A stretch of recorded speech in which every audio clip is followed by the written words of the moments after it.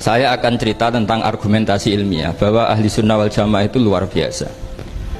Saya di Jogja berteman banyak para profesor, para doktor, termasuk akademisi sosial yang mungkin pernah di mana-mana.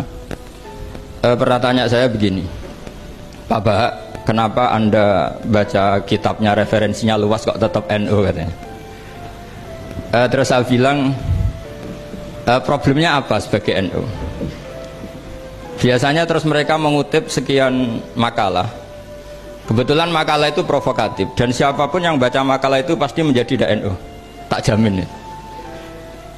Kalau di Jogja misalnya di satu penerbitan, saya termasuk di dalamnya, itu pernah diperbandingkan kitabnya Said Muhammad Mafahim Yajibu an Sohah dengan kitabnya Bin Bas, judulnya Hadihi Mafahimuna. Biasanya kitab-kitab terjemahan Wahabi itu memang cukup provokatif dan dengan narasi yang memang siapapun yang nggak pernah mondok pasti tertarik. Misalnya begini, cerita bid'ah misalnya, Iyyakum wa muhdatsatil umur fa inna kulla bid'atin dhalalah wa kulla dhalalatin finnar, misalnya gitu. Wa kulla muhdatsatin bid'ah wa kulla bid'atin dhalalah wa kulla dhalalatin finnar. Ada yang baca wa kullu bid'atin dhalalah wa kullu dhalalatin finnar. Terus beliau meneruskannya begini, kata Bin Bas, hadza huwa Rasulullah hakama bi annal bid'ah kullaha dhalalah. Terus diteruskan wajar asy-Syafi'i faqasama ila hasanatin wa dhalalatin wa sayyi'atin. Jadi dengan narasi seperti itu orang itu tahu bahwa Syafi'i itu kurang ajar tenan gitu, kira-kira gitu. Jadi dia ini Rasulullah yang mengatakan semua bid'ah ini dhalalah, tapi Syafi'i lancang dengan membagi ada dhalalah, ada sayyi'ah, ada hasanah, ada sayyi'ah. Ini aneh katanya. Wong Rasulullah yang nabi saja bilang satu semuanya dhalalah, kok dia bilang dua kan? Diredaksikan Jaro'a, kira-kira makna sedannya yang lama atau berani.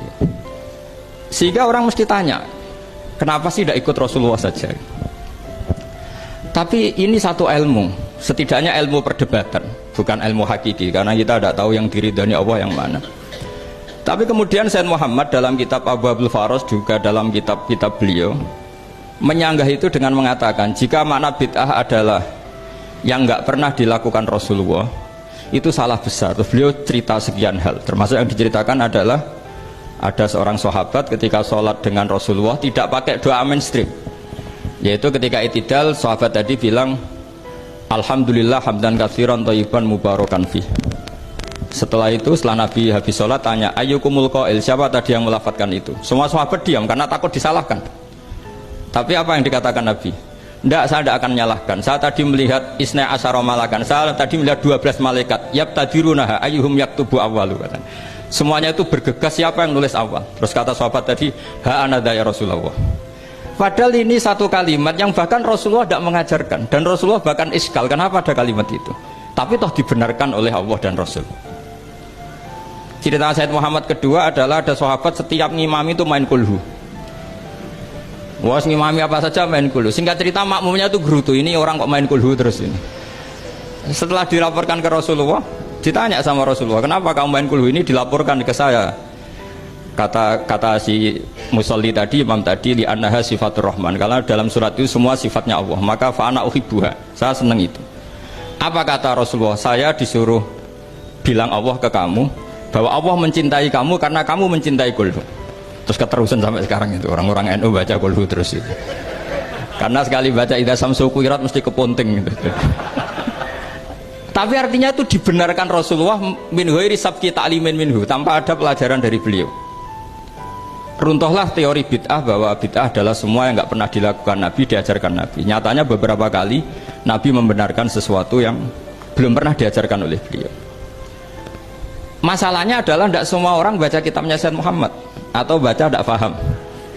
Nah, sementara kitab Hadihi Mafahimuna itu diterbitkan secara masif oleh pemerintahan Arab Saudi dan ada terjemahnya lagi, sehingga yang nggak bisa Arabnya bisa terjemahnya.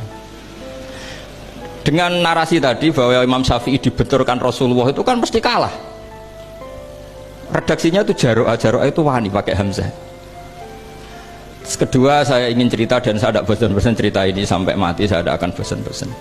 Ada kemandirian al-hujjatul balighah dalam diri kita sebagai ahli sunnah. Begini misalnya, kalimat la ilaha illallah adalah kalimat yang orang kafir 80 tahun saja kalau melafadzkan itu menjadi soro mukminan. Lah ini kita tahlil yang sudah muslim hanya karena kalimat thayyibah justru menjadi kafir. Ini kan madzhab aneh. Yang kafir puluhan tahun iyan tahu yufar lahum maqad salab bihadil kalimah. Ini kita karena tahlilan sampai nyekel patok menjadi kafir juga karena la ilaha illallah. Ini aneh. Jadi kalimatun sing yakunu bihal kafiru musliman menjadi kalimatun yakunul mukminu biha kafirun. Ini kan kaidah yang aneh. Nah, saya ingin kalau ahli sunnah yang seperti ini sudah mandiri, sudah sehat, ya baguslah seperti itu.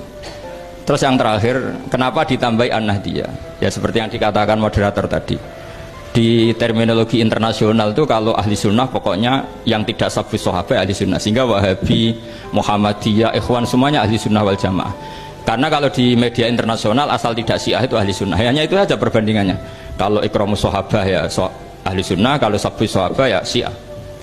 Problemnya adalah kita tidak ikut kelompok besar ahli sunnah yang mainstream di internasional karena mereka anti wasilah, anti tahlil.